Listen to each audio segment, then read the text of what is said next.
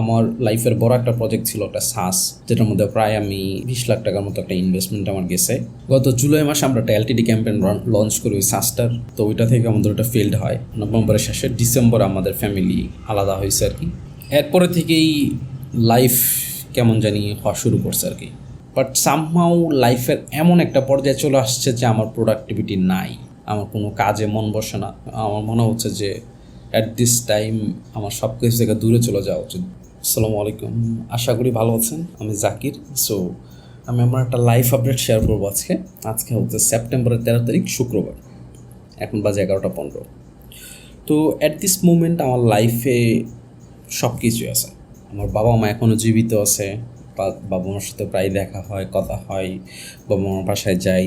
আমার ফ্যামিলি বিয়ে করার 2 বছর পর ফ্যামিলির সাথে ছিলাম, এখন একটু আলাদা। আমার ছেলে আছে আলহামদুলিল্লাহ, আমার বউ আছে, সুখী সংসার, টাকা পয়সা কোনো সমস্যা হচ্ছে না, চলতে পারতেছে আলহামদুলিল্লাহ। এবং ঘরে ঢাকায় একটা সুন্দর ফ্ল্যাটে থাকি, এর পাশে তুরাগ নদী যাচ্ছে, ওই পাশে তো সাভার এলাকা দেখা যায়, খুবই সুন্দর ভিউ নয়তলায়। মানে আমার লাইফ অ্যাট দিস মোমেন্ট খুবই ভালো যাচ্ছে। মানে কোনো কিছুর অসুবিধা নেই, আল্লাহ তাআলার রহমতে কোনো কিছুর অসুবিধা নেই। ফোন আছে, ইলেকট্রিসিটি আছে সবসময়, ইন্টারনেট আছে, একটা ম্যাকবুক প্রো আছে, ডেস্ক আছে, চেয়ার আছে, ঘর আছে, সংসার আছে, মানে সব কিছুই আছে, মানে কোনো কিছুর অভাব নেই। তাহলে একটা মানুষের তো সব কিছু থাকতে পারে না, ঠিক না? সো আমি কোম্পানি শুরু করছি প্রায় খুব সম্ভবত 4 বছর আগে, অক্টোবর 2020-এ। সো এরপরে যখন আমি মানে একটা সময় এরকম হইতো যে একটা সময় আমার কাছে কিছুই ছিল না, তখন আশা করতাম যে 5,000 10,000 টাকা পার মান্থ ইনকাম হইলে হয়ে যাবে।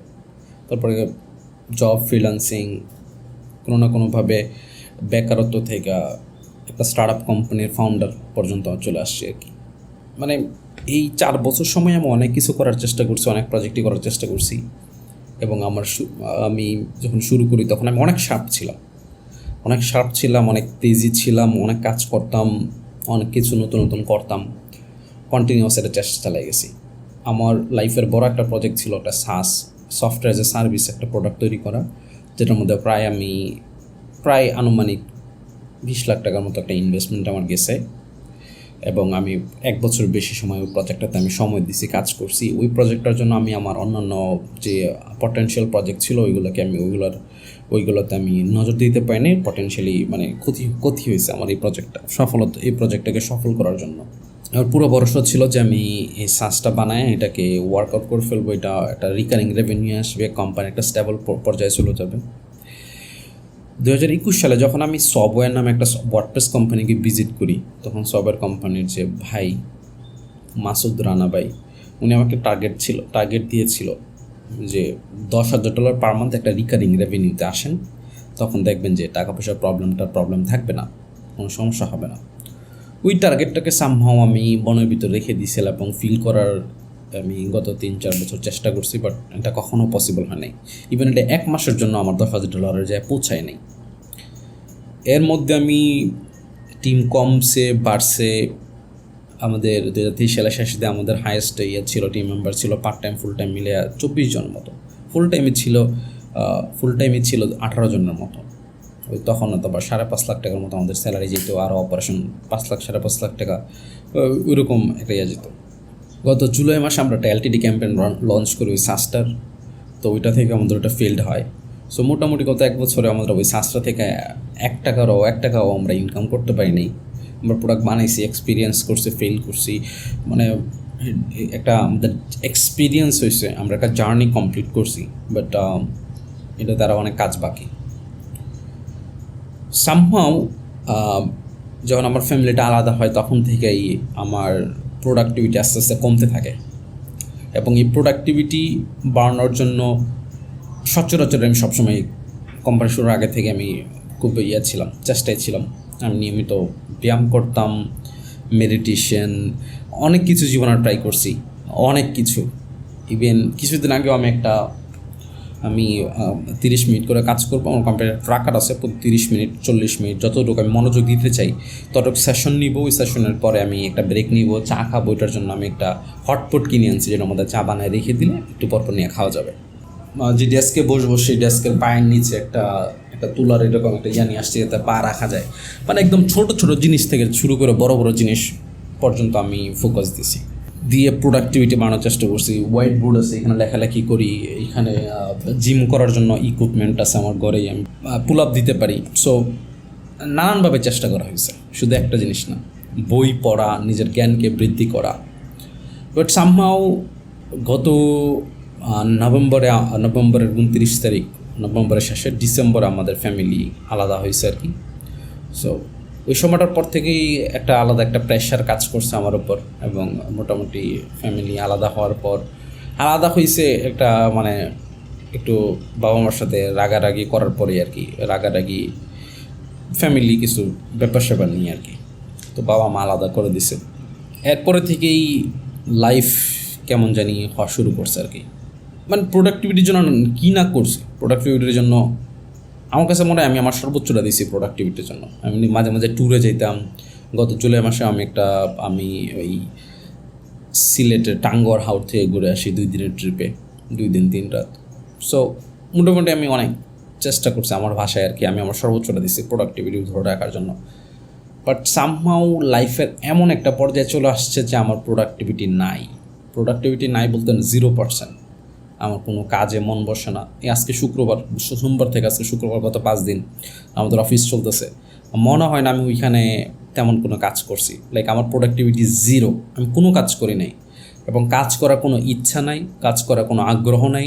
মুভি দেখতে ভালো লাগে না, মানে যত ফান স্টাফ আছে, বাইরে ঘুরতে যেতে ভালো লাগে, মানে nothing, there is nothing literally. আমার কাছে মাঝে মাঝে মনে হয় আমি কি ডিপ্রেস আছি কিনা, কিন্তু আমার কাছে তো সবই আছে, আমার ফ্যামিলি, ফ্রেন্ডস, টাকা পয়সা, মানে এভরিথিং। আমার কাছে কোনো কিছুর অভাব তো নাই, তাহলে আমি ডিপ্রেস কেন হব?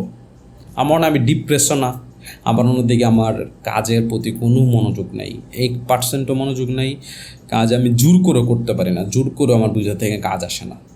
সারাদিন ইউটিউবে ভিডিও দেখি, মুভিজ ডাউনলোড করি, মানে ইটস লাইক আমি সকালে দৌড়ইতেও গেছি, আমি গতকাল সকালে প্রায় 4.5 কিলোমিটার দৌড়ে আসছি।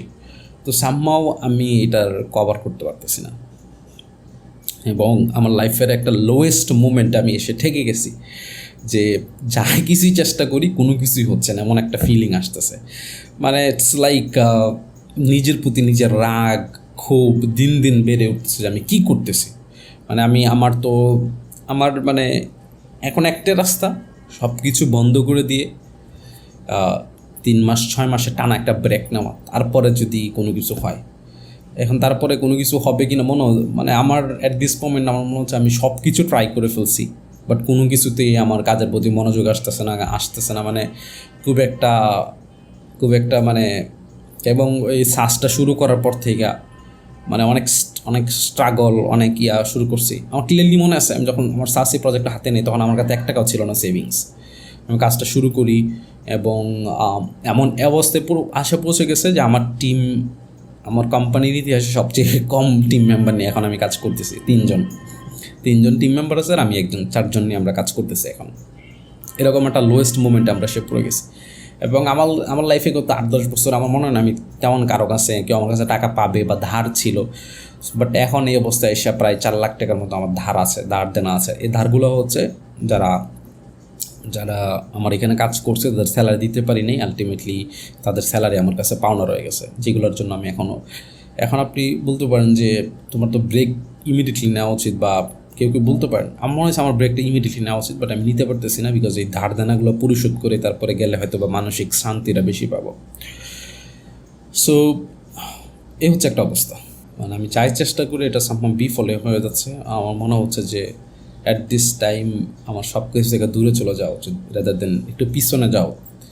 ঠিক আছে, আমরা যখন মারি না, একটু পিছনে এনে দিলে পরে গতি বাড়ে, এরকম আমার ব্যাকওয়ার্ড পিছনে যেতে মন চাচ্ছে একটা ব্রেক নেওয়ার মাধ্যমে আর কি। এই হইল আমার চিন্তা ভাবনা এবং বর্তমান লাইফের পরিস্থিতি। গত 7 দিনে আমার মনে হয় না আমি আমার টিমের সাথে মনে হয় একটা মিটিং করছি, মনে হয় একটা না 2টা মিটিং করছি, যেখানে আমি প্রতিদিন 4-5টা করে মিটিং করি, সবার সাথে কথা বলি, আড্ডা দিই, কাজ করি, আইডিয়া শেয়ার করি, ডিসকাস করি প্রজেক্টের ব্যাপারে, প্রজেক্ট প্রোগ্রেস ট্র্যাকিং করি। সো সময়টা খুব কঠিন যাচ্ছে।